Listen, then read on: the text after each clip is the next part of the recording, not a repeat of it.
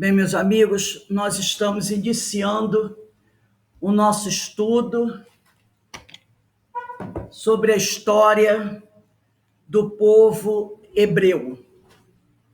São 18h11, nosso horário já. Então, nós estamos aqui para iniciar esse nosso estudo. Como todos nós sabemos, esse nosso estudo, ele é um resumo, né? Nós fazemos um resumo da história do povo hebreu para que a gente possa se ambientar, conhecer a história desse povo, para que no futuro, quando nós iniciarmos o estudo das parábolas, nós tenhamos mais facilidades de compreender os ensinos do Senhor, porque aí nós teremos um conhecimento maior da cultura, da religião do povo hebreu, né? Então nós vamos dar início ao nosso estudo da noite de hoje. Eu vou abrir aqui o ecrã para que a gente possa começar a desenvolver o nosso estudo.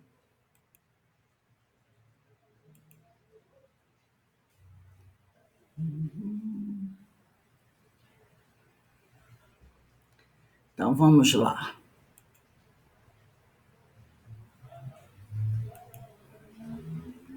Na semana passada, nós estudamos, iniciamos o estudo da vida de Moisés. E hoje nós vamos dar continuidade a esse estudo. Então, vamos aqui continuar, né? Podemos iniciar fazendo a seguinte pergunta: Moisés viu a Deus? Né? É a pergunta que nós começamos aqui a fazer, né? Então, essa é a aula 11. Moisés viu a Deus porque ele vai ter um contato com a espiritualidade e, a partir daí, uma série de fatos irão ocorrer. E nós falamos na aula passada que ele foi, e é ainda, o personagem mais famoso do Antigo Testamento, não é? Então, o grande profeta Moisés. Nós comentamos também que Moisés era um príncipe no Egito. Foi criado pela filha do faraó. E depois se tornou adulto, muito influente, tinha todo um relacionamento no palácio, era como se fosse um neto do faraó. E a origem dele era desconhecida, porque ele foi encontrado numa cesta no rio.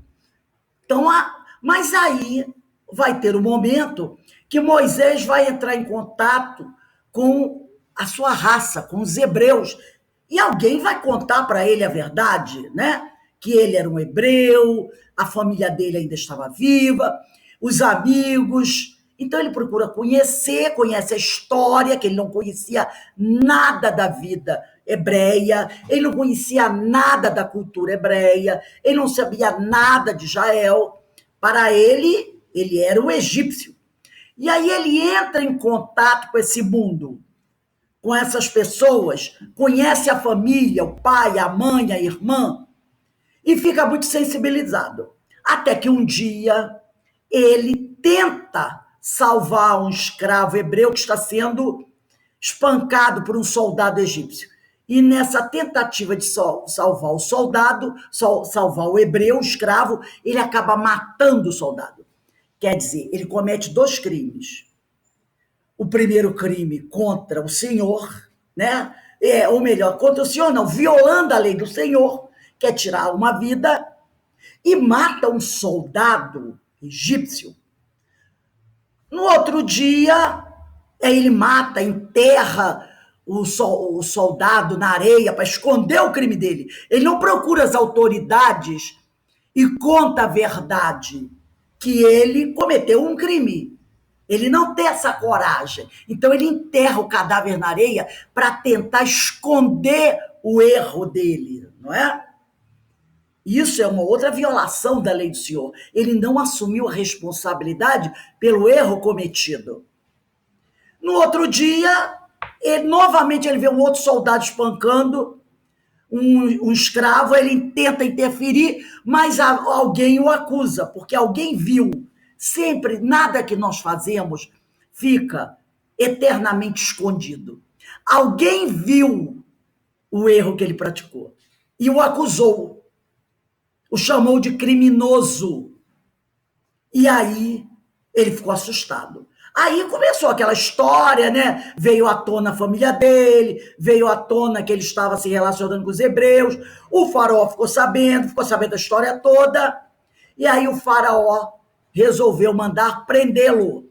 Mas na noite anterior da prisão, ele tem uma visão que ele deveria fugir. E ele foge para o deserto, né? Ele sai do Egito, atravessa o deserto do Sinai e vai até a cidade de Midian. Então ele atravessa um longo deserto. Ninguém sabe quanto tempo ele ficou nesse deserto, né? Nesse deserto, ele vai entrar em contato com tudo aquilo que ele fez com a vida, né? Então esse deserto não é só um deserto material, não é só o deserto do Sinai, onde se encontra a montanha, onde no futuro ele irá receber os 10 mandamentos, né? O Monte Sinai. Mas é um deserto que muitas vezes todos nós penetramos, todos nós precisamos atravessar. Então, esse deserto não é apenas uma região geográfica, é também uma região espiritual. E Moisés teve que atravessar esse deserto. Foi o primeiro deserto que ele atravessou na vida dele.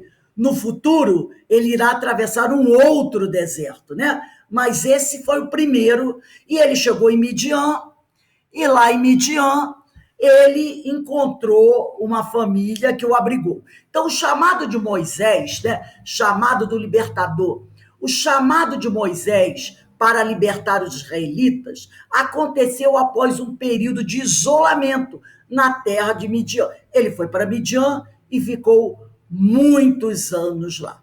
Ele fugiu para aquele local após ser perseguido por ter matado um soldado egípcio, na tentativa de salvar a vida de um hebreu que estava sendo espancado. Naquela localidade, Moisés ajudou as filhas de Reuel, também conhecido como Jetro, o sacerdote de Midian, recebendo desse sacerdote a hospitalidade. Veio no futuro a se casar com Zípora, uma das suas filhas, com quem ele teve também 2 filhos, né? Aquele homem, e ele vai ficar muitos anos em Midian, mais de 20 anos, ele vai ficar lá, escondido do faraó, porque ele cometeu um crime. Então, após atravessar o deserto, ele vai permanecer muitos anos escondido ali. Então, aquele homem que outrora discutia na academia egípcia, poderoso em palavras e obras, né? Porque ele fazia muitas coisas, ele era também um comandante militar, né? E ele entrava na academia e falava, né, sobre como deveriam se comportar os soldados, falava das questões que envolviam a defesa, né, do país, se encontrava agora no deserto, porque Midian ficava no deserto, apacentando ovelhas. Então, aquele militar poderoso, né, muito voltado às batalhas, aos jogos militares. Agora se encontrava no deserto, apacentando ovelhas junto ao seu sogro, que era um homem pecuarista, né? E ele estava lá, apacentando ovelhas. Naquela ocasião, Moisés estava dando continuidade à sua preparação. Então, quando ele vai atravessar aquele deserto, vai viver anos ali com Jetro e sua família, na realidade ele está sendo preparado. Então, ele vai apacentando ovelhas. Ele vai sendo preparado, conhecendo um pouco da religião, da cultura hebraica, que ele não conhecia nada. Deus permite, às vezes, que seus servos fiquem isolados, para que possam aprender a ter comunhão com ele. Então, Moisés ficou isolado no deserto durante muitos anos. E nós podemos perceber que, às vezes, Deus também faz isso conosco. Muitas vezes, Deus nos coloca isolados por algumas contingências da vida, sozinhos, longe da nossa família, para que possamos aprender a entrar em comunicação, em comunhão com o Senhor. Porque a solidão do deserto nos faz pensar sobre a vida e sobre as coisas do Espírito, né? E buscar essa comunicação com o Senhor. Tem alguns que precisam de muito tempo no deserto, outros um tempo mais reduzido, né? Então Moisés fica esse tempo no deserto, apacentando ovelhas, para poder aprender a ter comunhão com o Senhor. Aprendendo com o deserto, uma lição para todos nós. Será que o deserto tem coisas para nos ensinar? Lembrando sempre que o deserto que estamos falando aqui não é o deserto geográfico, tá bom? É uma coisa, isso é uma simbologia. Então, aprendendo com o deserto, uma lição para todos nós. E foi do deserto que Deus me ensinou a ser mais forte. Quando estamos no deserto, nessa solidão. Alguém já pensou o que é a solidão num deserto? Para todos os lugares que você olha, são montanhas e montanhas de areia.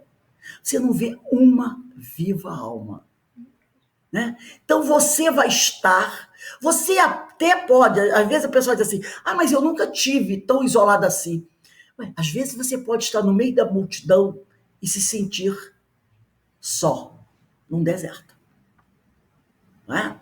Não é porque você está cercado por pessoas que você está muito bem, obrigado.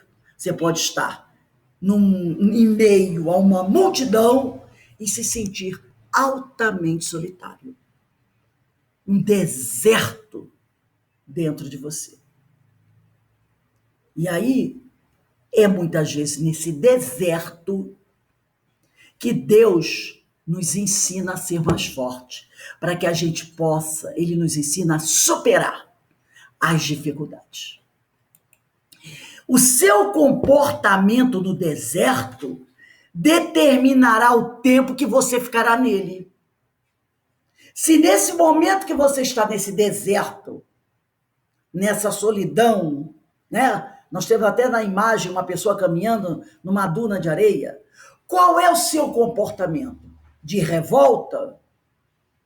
De entendimento do porquê você está ali? De aceitação? O seu comportamento nesse deserto vai determinar o tempo que você ficará nele, pouco ou mais. Normalmente, aqueles que se insurgem contra a vontade de Deus prolongam a sua permanência nesse deserto. Não subestime a ação divina, tenha fé. Nunca diga que o céu não está perto.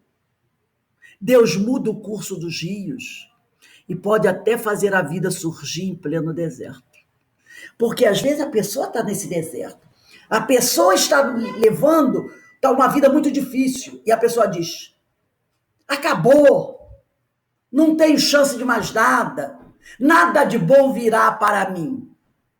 Então, nós não devemos subestimar a ação divina. Precisamos ter fé. Nunca podemos dizer que o céu não está perto, que estamos desamparados. Porque o Pai tudo pode. Ele pode mudar o curso dos rios e pode até fazer a vida surgir em pleno deserto. Né? Eu vou pedir para o companheiro que chegou agora desligar o microfone, por favor. Ninguém é digno do oásis. Oásis, né? Normalmente tem aquela sombra, tem aquele poço com água refrescante, tem um lugar para a gente descansar. Ninguém é digno do oásis se não aprender a atravessar seus desertos. Para que a gente conquiste a tranquilidade, a paz, muitas vezes nós temos que passar pelo deserto em nossas vidas. Essa mensagem de Augusto Cury. Se Deus te levar para o deserto, agradeça. A próxima parada é a terra prometida. Lembra de Paulo de Tarso, que precisou ir para o deserto para crescer? E lá ele conhece Áquila e Prisca. Passou 3 anos no deserto, assim diz o Evangelho. Mas podemos imaginar que esses 3 anos foram muito mais longos, né? Então, foi um período maior. Às vezes, Deus nos manda para o deserto. Quando isso acontecer, devemos agradecer. Porque se o Pai nos colocou lá, é para que nós crescêssemos. Com certeza, a próxima parada será a Terra Prometida. Mas não vamos esquecer que a rota da Terra Prometida passa inevitavelmente pelo deserto. E a terra não poderá ser conquistada se não atravessarmos. Então, para chegar à Terra Prometida, é preciso enfrentar os obstáculos, tá? E quem não atravessa os desertos não vai alcançá-la. Porque esse deserto nos proporciona aprendizado, nos dá experiência, consolida os nossos conhecimentos. E sem isso, nunca alcançaremos a rota da Terra Prometida, né? Essa Terra Prometida que é o reino de Deus. Então, a rota da Terra Prometida passa inevitavelmente pelo deserto. E a Terra Prometida não poderá ser conquistada se não atravessarmos. Então, é preciso vencer esse deserto para alcançar a glória. Muito simbólico esse ensinamento do deserto, não é? Muito simbólico para todos nós. O chamado de Moisés. Moisés recebe um chamado. E quem não recebe? Não recebe? Todos nós recebemos um chamado. Aqui nós vamos falar sobre o chamado de Moisés. Esse homem que atravessou não um só deserto, 2 desertos. Hoje nós falamos do primeiro deserto, saindo do Egito para Midian. Mas nós sabemos que no futuro ele terá um outro deserto muito maior, muito mais difícil para atravessar. Ele, aparentemente, 2 desertos teve que atravessar. E nós? Quantos desertos nós precisaremos atravessar até chegar à Terra Prometida? Mas vamos conhecer um pouco desse chamado de Moisés. Peraí. Deixa eu só voltar aqui um pouquinho para ver se foi certinho. Em meio à solitude, eu só vou voltar aqui um pouquinho, tá certinho. Em meio à solitude, quer dizer, em meio à solidão do deserto, Moisés um dia viu algo que lhe chamou a atenção, uma sarça ardente que não se consumia. Então, sarça é um fogo, é como se fosse uma fogueira. E essa fogueira não acabava nunca. Ele ficou ali, olhando aquela fogueira. E ela nunca se acabava. Esse trecho está aqui no livro de Êxodos, capítulo 3, versículo de 1 a 4. Eu vou ler esse pedacinho. Vocação de Moisés. Moisés apacentava o rebanho de Jetro, seu sogro, sacerdote de Madiã, né? Um dia em que conduzia o rebanho para além do deserto, chegou até a montanha de Deus, Horebe. O anjo do Senhor apareceu-lhe numa chama que saía do meio a uma sarça. Moisés olhava a sarça, mas ela não se consumia. Vou me aproximar, disse ele consigo, para contemplar esse extraordinário espetáculo e saber por que a sarça não se consome. Vendo o Senhor que ele se aproximou para ver, chamou do meio da sarça. Moisés, Moisés, eis-me aqui, respondeu ele. Então, ele viu a sarça, e de dentro da sarça sai uma voz que chama por ele e diz: Moisés, Moisés. E ele prontamente responde: eis-me aqui. Ele não perguntou quem é. Ele se colocou preparado. Ele disse, né? Eis-me aqui. Então isso é muito simbólico, essa resposta dele, né? E continua assim. E Deus respondeu: não te aproximes daqui. Deus disse a ele: tira as sandálias dos teus pés, porque o lugar em que te encontras é uma terra santa. Eu sou. Esse era o nome com que o Espírito se apresenta. O nome do Espírito é Eu sou. Eu sou. Ajuntou ele: o Deus de teu pai, o Deus de Abraão, o Deus de Isaque e o Deus de Jacó. Moisés escondeu o rosto e não ousava olhar para Deus. Então o Espírito se apresenta com o seu nome. Eu sou. Deus, nós sabemos que não é Deus que fala com ele, mas um Espírito enviado por Deus, né? Deus falou com Moisés. Então, nós temos que ter isso na nossa cabeça. É um espírito enviado por Deus que se apresenta para dar a ele as ordens de Deus. Deus falou com Moisés, revelando-se a ele como Deus de Abraão, que se identificava com o sofrimento do seu povo. Também está lá em Êxodo, capítulo 3, versículo de 5 a 10. Então, eu vou ler aqui. Capítulo 3, versículo de 5 a 10. Então, ele diz assim: o Senhor disse: eu vi a aflição de meu povo. É o Espírito falando. Eu vi a aflição de meu povo que está no Egito, e ouvi os seus clamores por causa de seus opressores. Sim, eu conheço seus sofrimentos. E desci para livrá-lo da mão dos egípcios, e para fazê-lo subir do Egito para uma terra fértil e espaçosa, uma terra que mana leite e mel, lá onde habitam os cananeus, os hiteus, os amorreus e os ferezeus, os heveus e os jebuseus. Agora eis que os clamores dos israelitas chegaram até mim, e vi a opressão que lhes fazem os egípcios. Vai, eu te envio ao faraó para tirar do Egito os israelitas, meu povo. É isso que o Espírito diz a ele. Essa revelação antecipava em mais de 1.500 anos a vida de Cristo à Terra.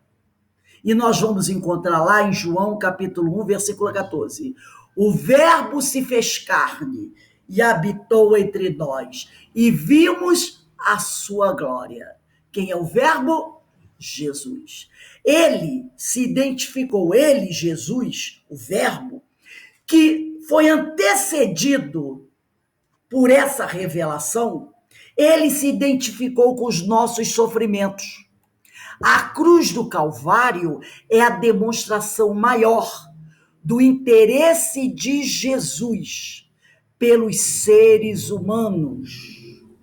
Então, nós vamos encontrar em Mateus, capítulo 27, versículos 32 a 35, a seguinte passagem: caminho da cruz e morte do Cristo. Então, nós podemos, repetindo aqui, né? Deixa eu só dar isso aqui. Repetindo aqui. Deixa eu ver. Ele, Jesus, se identificou com os nossos sofrimentos. A cruz do Calvário é a demonstração maior do interesse de Jesus pelos seres humanos. Ele deu a sua vida, né? Ele sacrificou-se por amor ao seu povo, por amor à humanidade. Então, assim, oi. Eu posso fazer uma pergunta a você? Quem está falando? É a Ana. Fala, Ana. Sobre essa aparição, essa voz que ele ouviu, qual é o tipo de fenômeno que a gente pode encaixar aí? Um espírito um espírito mas não apareceu só a voz. Foi materialização, foi... É o espírito. Ele, na Bíblia, vai ter um momento que o espírito se materializa e fala com ele, tá? No outro momento, é a voz saindo da sarça. Então, essa sarça. O espírito está no meio da fogueira, né? O seu perispírito é o espírito superior ali, né? Muito mais, que tem essa, não vai se queimar, porque não, né? E ele Sim. fala, como o espírito fala a qualquer um de nós numa mesa de mediúnico, só que não tem o médium. O espírito ele apresenta, fala, depois o espírito se materializa e fala. Entendeu? Entendi. É um espírito que traz uma mensagem. Ele pode se materializar algumas vezes, os espíritos vão se materializar para falar com Moisés. Outras vezes não. Ele olha para o alto, o espírito permanece para ele invisível, mas ele ouve a voz dos espíritos. É como nós podemos estar numa sala, em qualquer lugar, e de repente um espírito não se materializa, mas nós ouvimos a voz dele. Entendeu? Conseguiu compreender, Ana? Eu entendi. Agora também ele usou esse fogo nessa sarça para chamar a atenção dele. Exatamente, né? É um fenômeno para chamar a atenção dele e fazer ele perceber que era algo diferente, era algo extraordinário. Um fogo que nunca acabava, que nunca se consumia, não é? Um fogo que nunca se consumia. Então, vamos ler aqui a passagem do Evangelho. Mateus 27, 32 a 35. Saindo, encontraram um homem de Cirene, chamado Simão, a quem obrigaram a levar a cruz de Jesus. Chegaram ao lugar chamado Gólgota, isto é, o lugar do crânio, que é assim que também é conhecido o lugar. Deram-lhe de beber vinho misturado com fel. Ele provou, mas se recusou a beber. Depois de o haverem crucificado, dividiram suas vestes entre si, tirando a sorte. Cumpriu-se assim a profecia do profeta. Repartiram entre si minhas vestes e sobre meu manto lançaram a sorte. Está em Salmos, capítulo 21, versículo 19. Está aqui mostrando que o Calvário, Jesus foi sacrificado. O cordeiro foi imolado. Né? Essa é a demonstração maior do interesse de Jesus pelos seres humanos. Ele ficou conosco até o último momento. Ele não se esquivou de passar pelo que ele passou. Se tornou servo, esvaziando-se da sua glória. Lembra daquela passagem do lava-pés? Quando ele diz que veio para servir e não para ser servido. Em Filipenses, em Filipenses capítulo 2, versículo 7, vamos encontrar o seguinte: mas aniquilou-se a si mesmo, assumindo a condição de escravo e assemelhando-se aos homens. Se tornou um servo. Nele, Jesus, encontramos o ápice da revelação divina. Está lá em Hebreus, capítulo 1, versículo de 1 a 2. Cristo é superior aos anjos. Carta aos Hebreus. Muitas vezes, e de diversos modos, outrora falou Deus aos nossos pais pelos profetas. Ultimamente, nos falou por seu Filho, que constituiu herdeiro universal, pelo qual criou todas as coisas. Quer dizer, em Hebreus, cartas Hebreus, Paulo escreve isso, na carta que ele faz a Hebreus, que lá no passado, Deus se dirigiu aos homens através dos profetas, através de Moisés, através de Abraão, através de Jacó, através de Isaac. Mas, ultimamente, ao tempo de Paulo, ele não fala mais pelos profetas, ele fala pelo o enviado, Jesus, que é o mais importante de todos eles. Retornando ao chamado de Moisés, né? Vamos voltar agora a Moisés novamente. É preciso ressaltar que este, ao ouvir a voz de Deus, a voz desse Espírito que se comunicou com ele, relutou em aceitar sua missão. Ele não aceitou logo, não. Dentre as justificativas que apresentou, a primeira delas foi de não se achar capacitado para a obra ser realizada. Ele disse, Senhor, está lá em Êxodo, capítulo 3, versículo 11 a 12, quem quiser, anota essa referência e depois vai ler. Ele disse, Senhor, eu não tenho essa capacidade, não. Isso que o Senhor está pedindo para eu fazer, eu não tenho. Temos que entender, Moisés, ele nunca tinha vivido entre os israelitas. Toda a infância, adolescência e a idade adulta foi entre os egípcios.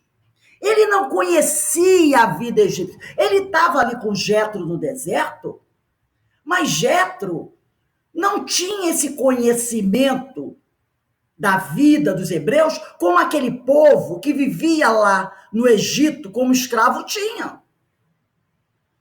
Apesar de ser um descendente também, um levita, ele foi criado desde a infância no palácio. Aquele povo, apesar dele saber que fazia parte da família dele, era um povo estranho, uma cultura estranha. Ele não tinha esse conhecimento de um Jacó, de um Isaac, de um José do Egito.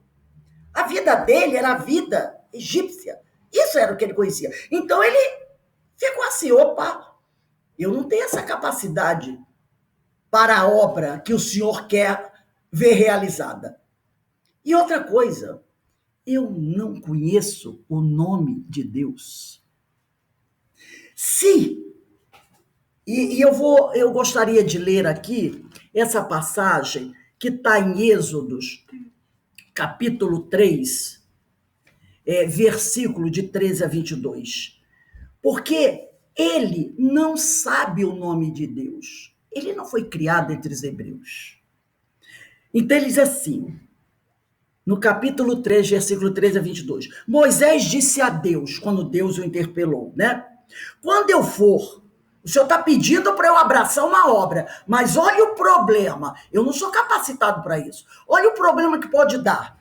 Eu chegar lá no Egito, procurar o povo hebreu, me apresentar. Primeiro que eles vão saber lembrar que eu fui criada no palácio, já tem um probleminha aí.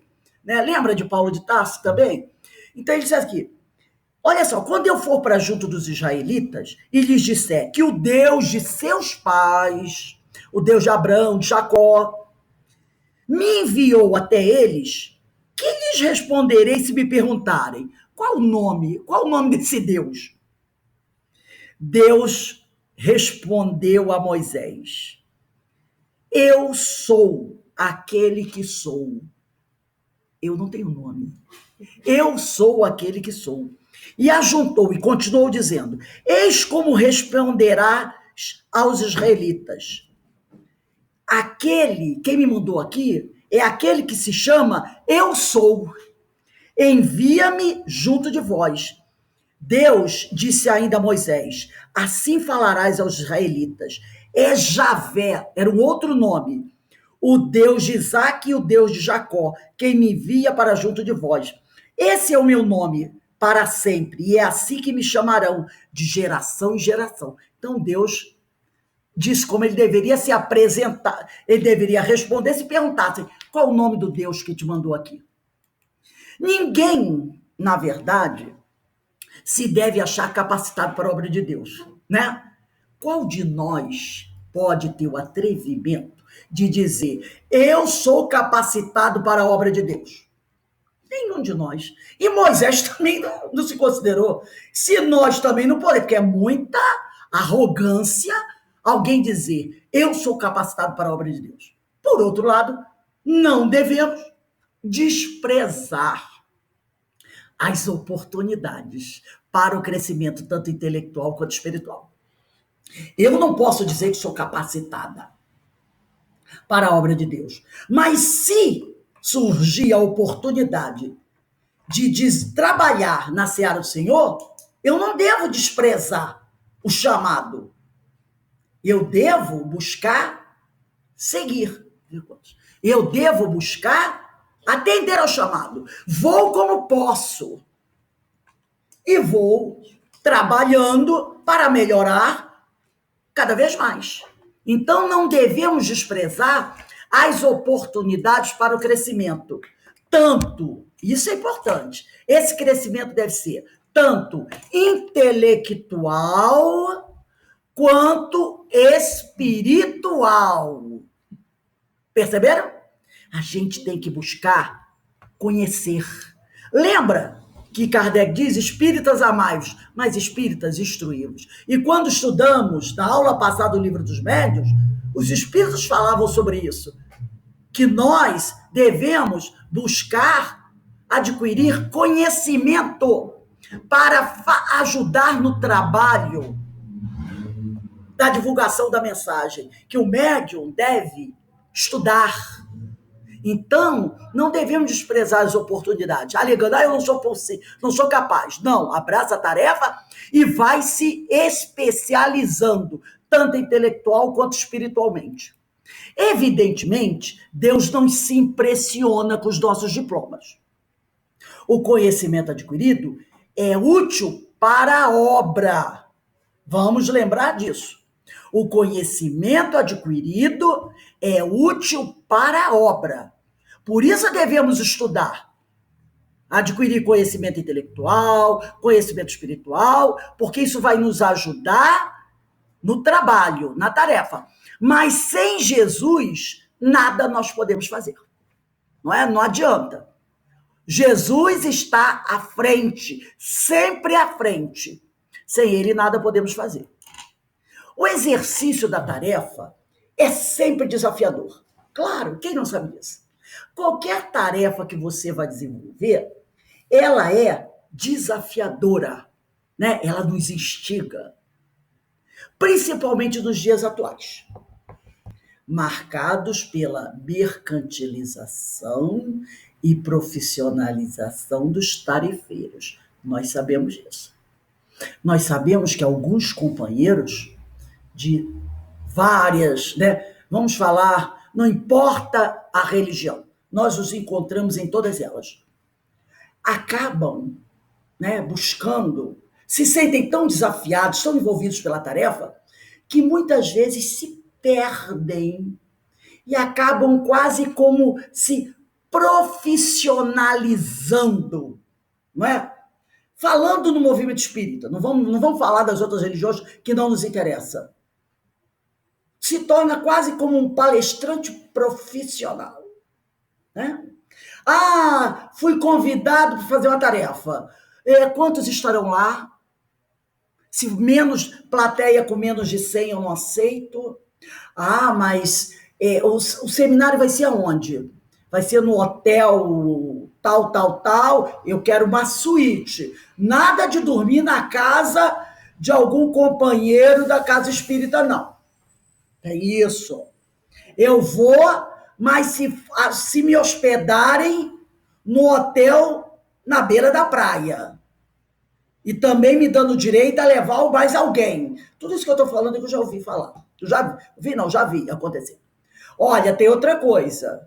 Quero almoçar no restaurante X, tá? Só vou se for de avião. De avião. Mesmo que seja uma distância pequena, não vou de ônibus, não.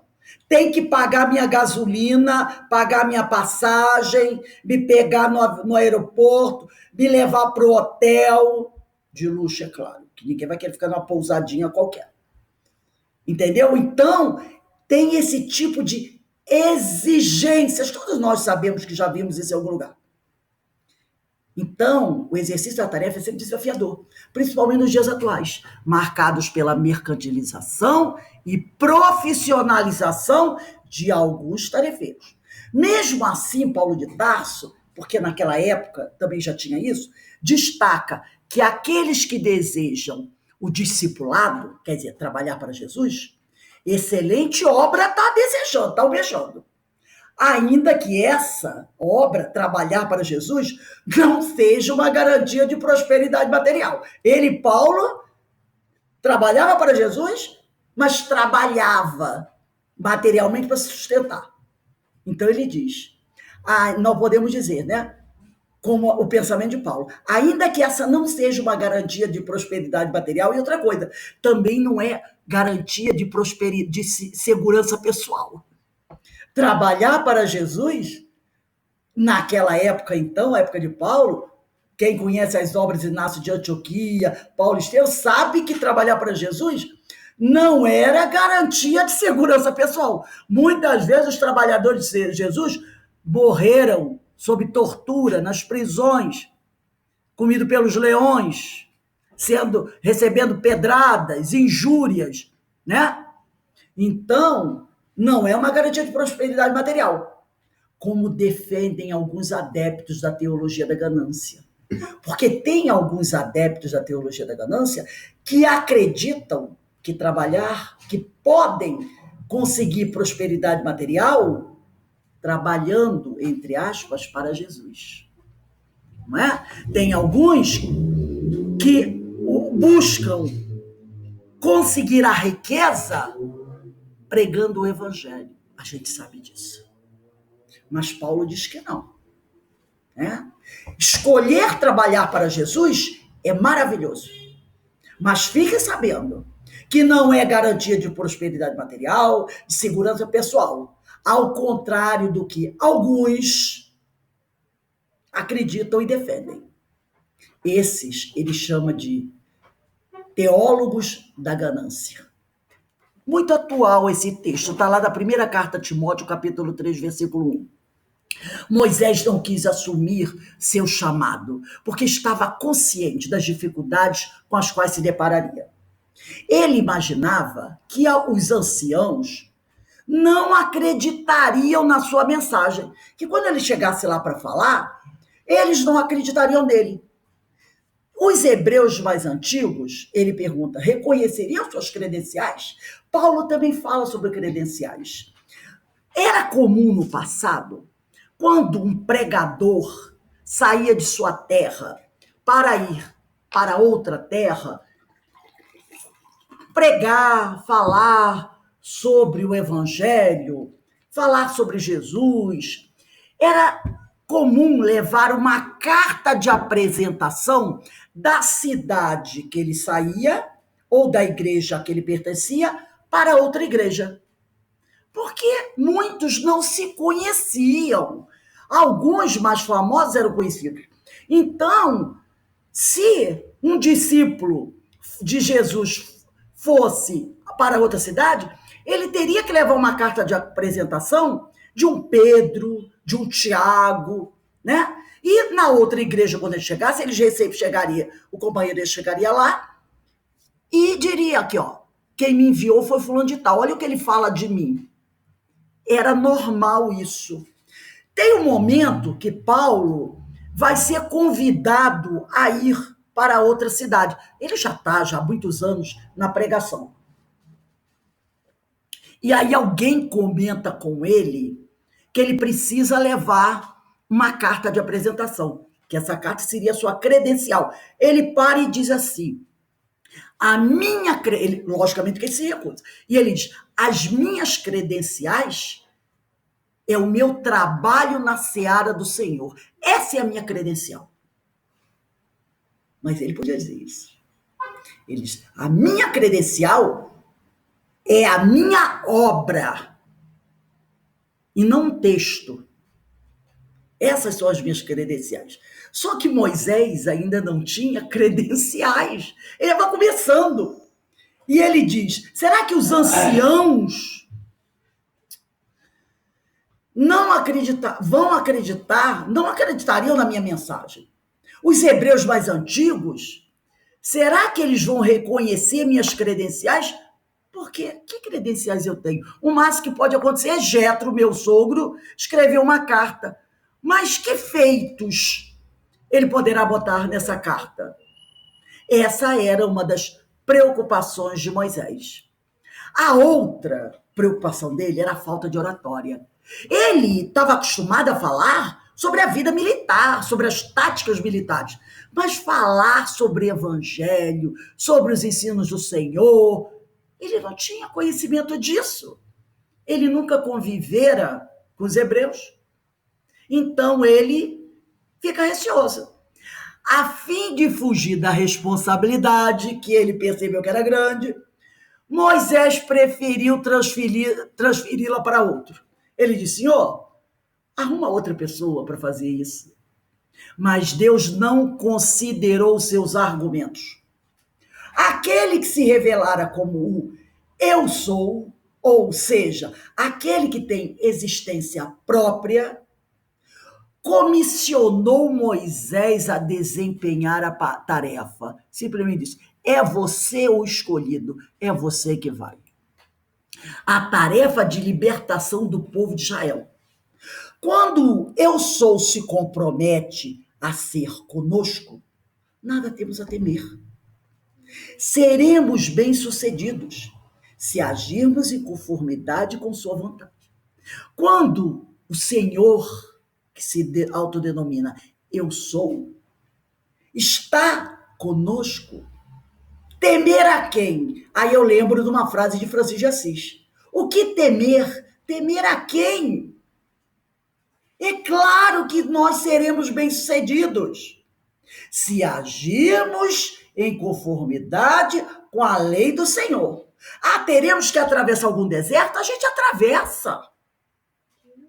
A gente atravessa, sabendo que ao final do deserto encontraremos a terra prometida.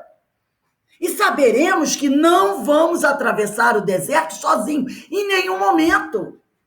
Porque quem nos enviou foi eu sou. Foi ele que nos enviou. Foi o Senhor que nos enviou. E quando ele está conosco, temer a quem? O que temer? Essa deve ser a nossa certeza, a nossa fé. O chamado de Deus é para apacentarmos o seu rebanho por amor. Lembra que Moisés foi para o deserto? Ficou com Jetro lá no início. E nós dissemos, aquele homem que vivia no palácio do faraó, em discussões acaloradas de temas militares, agora está lá no deserto apacentando ovelhas? O chamado de Deus para nós é para apacentarmos seu rebanho por amor, não por querermos, eu vou trabalhar para o Senhor para poder ter garantias materiais, para poder, lembra do ensinamento de Paulo? Trabalhar para o Senhor não é garantia de sucesso material e muito menos de segurança pessoal.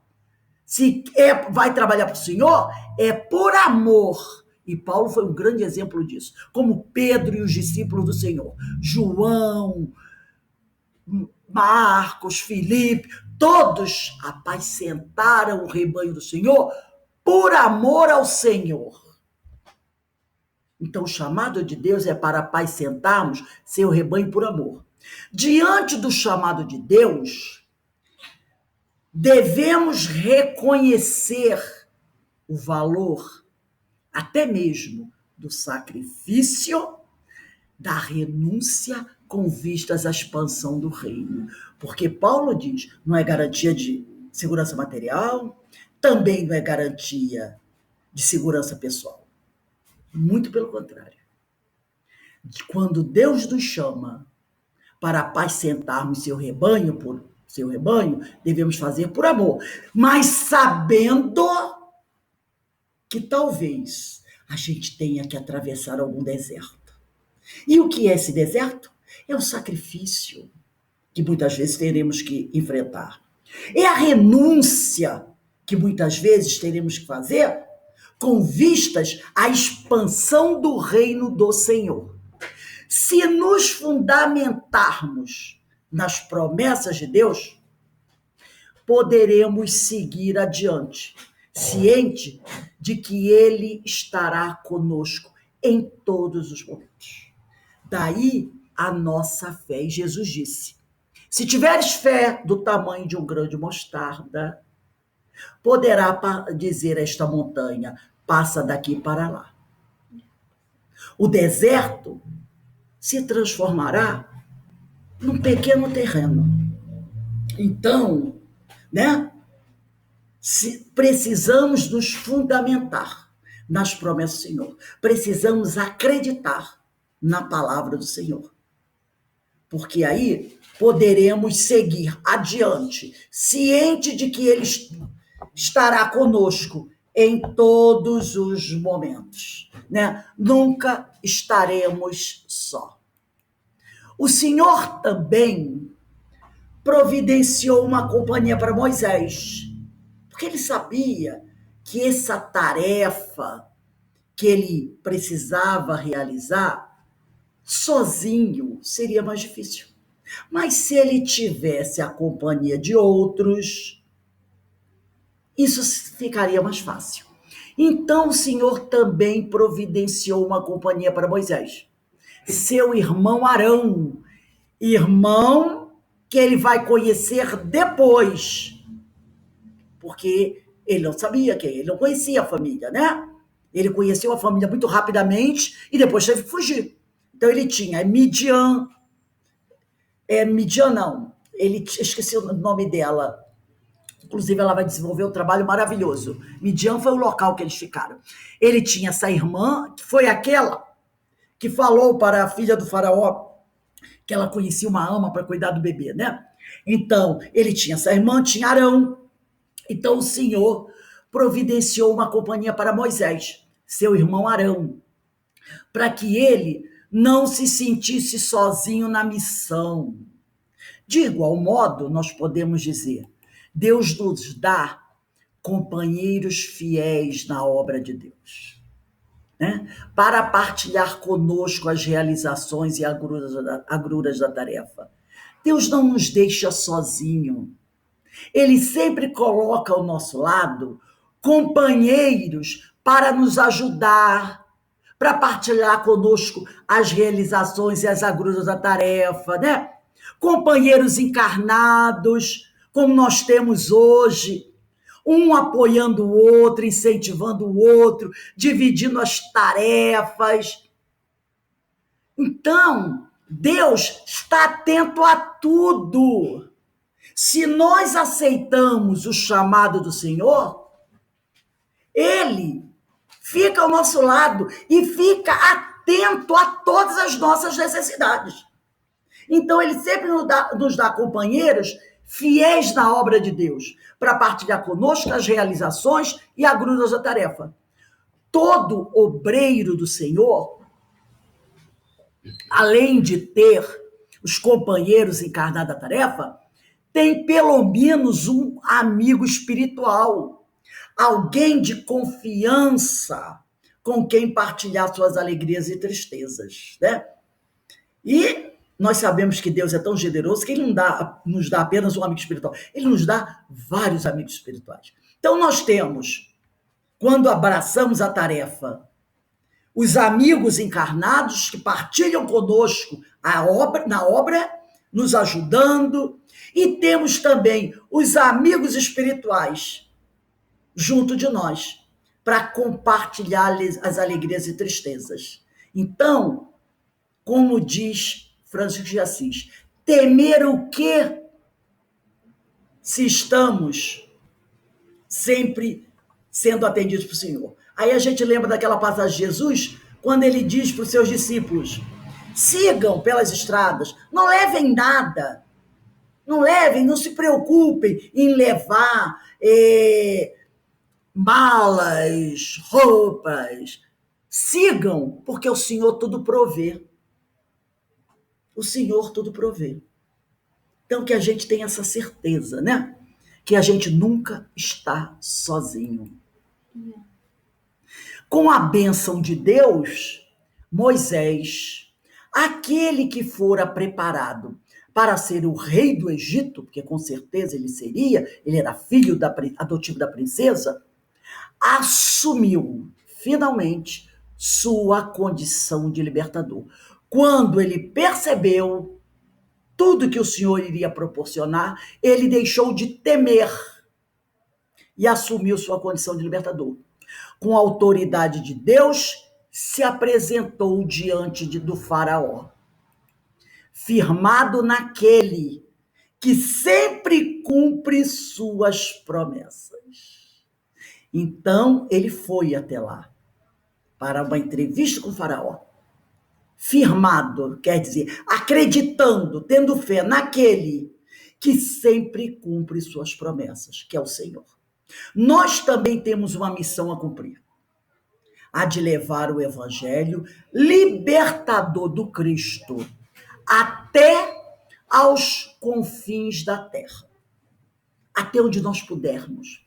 Para tanto, devemos estar preparados, dependendo do poder do Espírito, submissos à vontade do Senhor e na autoridade da palavra de Deus, confiantes sempre de que o Senhor estará conosco para sempre.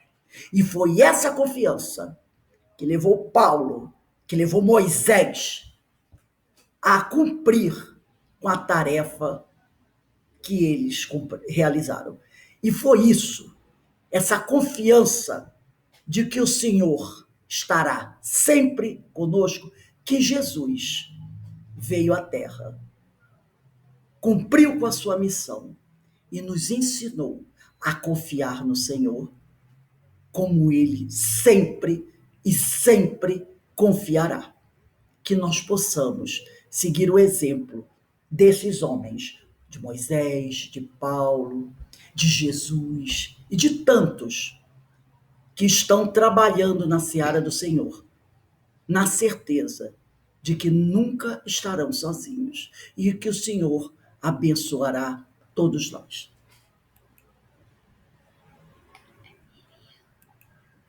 Então, meus amigos, essa mensagem de Moisés, ela vem, né? É Miriam, a irmã de Moisés, Miriam. Ela vem nos trazer um incentivo, uma certeza de que devemos seguir em frente. Como Moisés, nós também temos medos.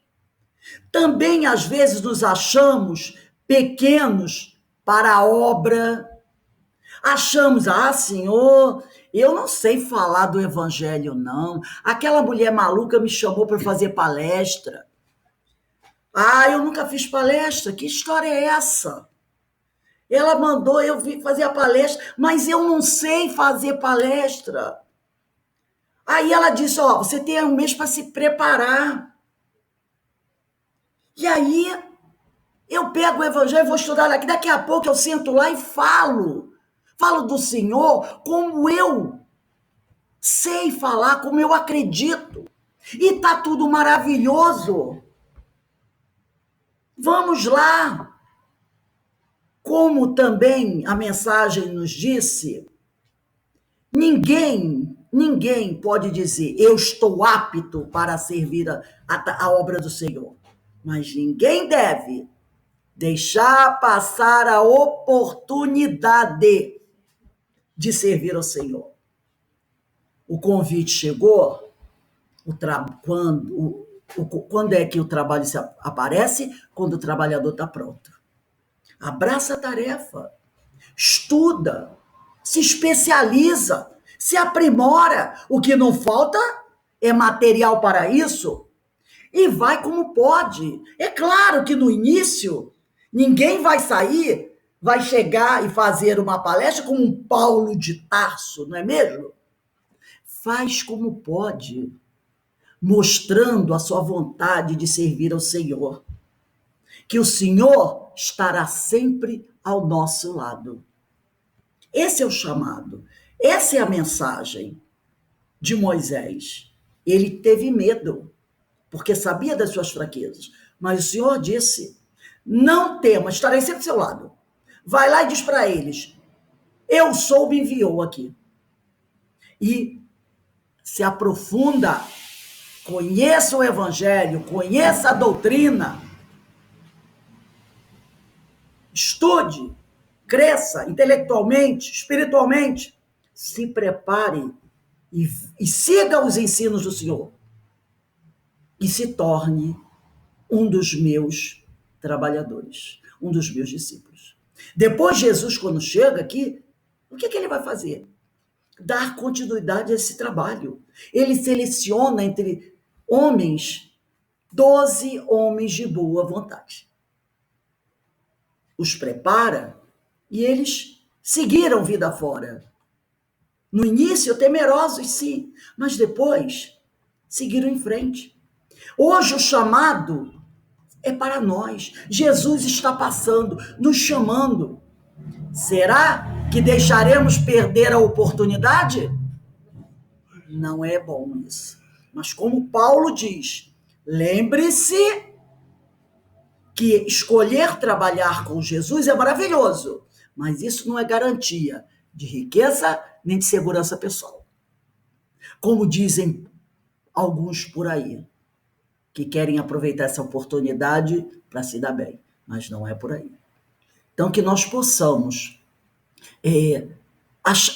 aceitar o chamado do Senhor, como Moisés aceitou. Eu gostaria que alguém comentasse alguma coisa, né? Que vocês acharam da aula, se tocou a vocês. Ah, lembrando, deserto é para todo mundo, tá? Todo mundo vai atravessar o seu desertozinho, né? Agora, como disse lá a mensagem, como eu me comportar no deserto, isso vai dizer se o deserto vai ser, o tempo do deserto vai ser longo ou vai ser curto. Então, essa mensagem de fé, de confiança, é uma coisa que nos coloca desse tamanho mesmo, né? Minha, ainda mais nós estamos em pleno deserto, com essa pandemia toda, e o que a gente pensa? Ah, que vai ser um horror, que a gente não vai conseguir passar, que nós estamos no fim do mundo. Nossa, quando a gente ouve falar nesses homens aí, que apesar do medo e tudo, mas eles vão em frente, e a gente não pode nem comparar a nossa vida com tudo que a gente tem à nossa volta, tudo, enfim, o nosso conforto, o acesso a tudo. Olha, eu me sinto assim, envergonhada, eu me sinto envergonhada.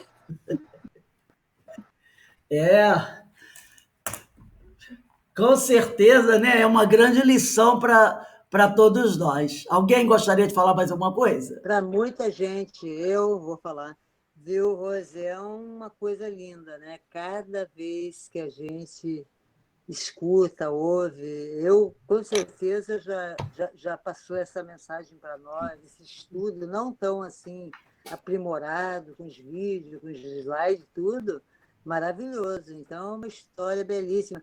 E eu estava fazendo minha reflexão agora, que às vezes a gente vê as pessoas assim, um pouco mais velhas, que ficam sozinhas, entre aspas, família, ou desencarna, ou vai para algum lugar, e a gente geralmente fica assim, ai, coitadinha, com pena, mas a oportunidade que às vezes nós mesmos levamos uma vida inteira sem aquela parada, sem aquela reflexão, né? Sem os valores certos.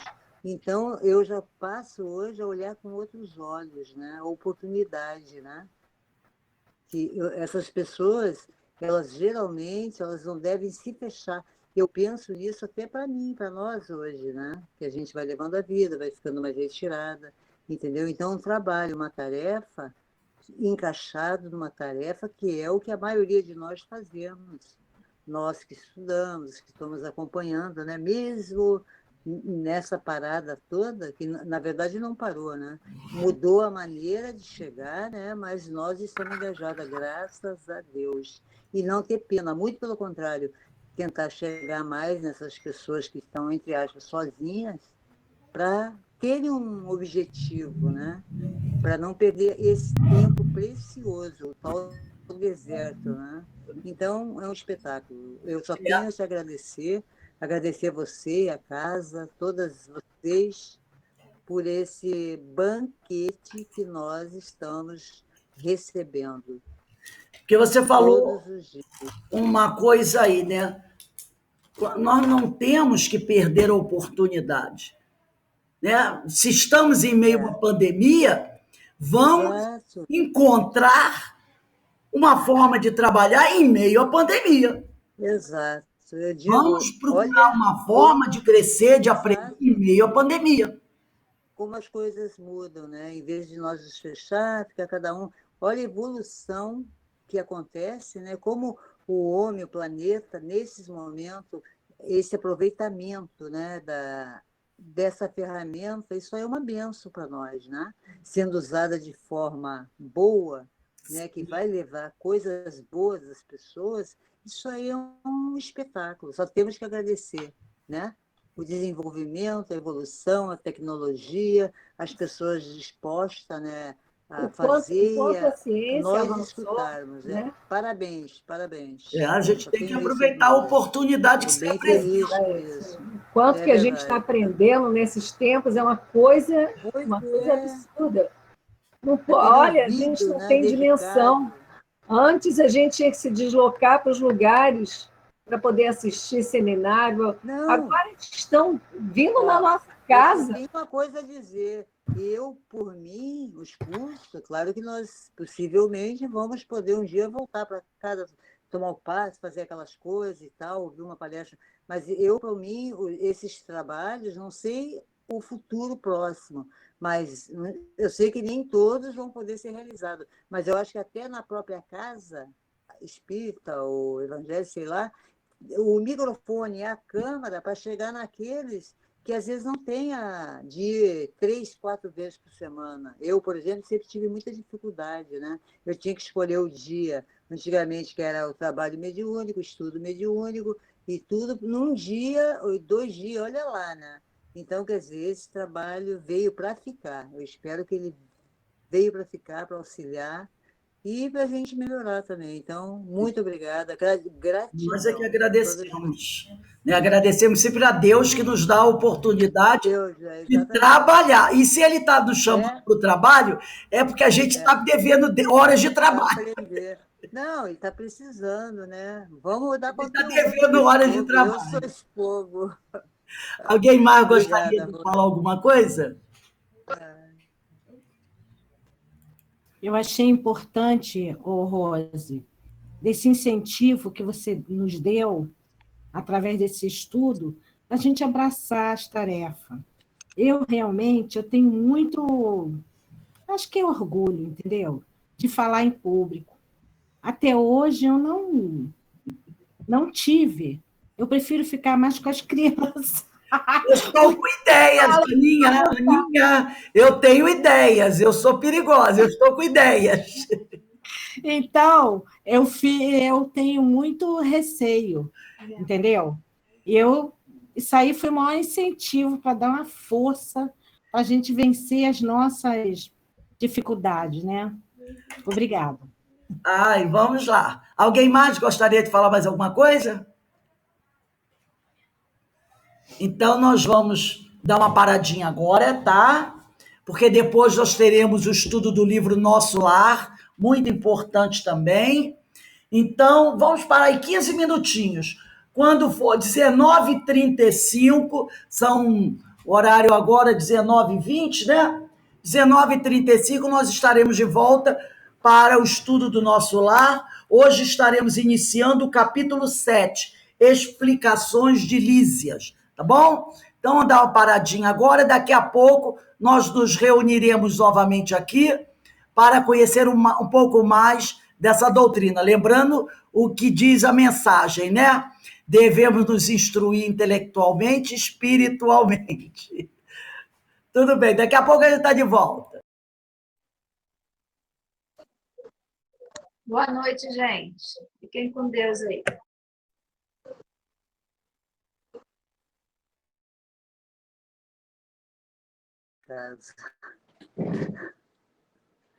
Beijo, gente. Tudo de bom.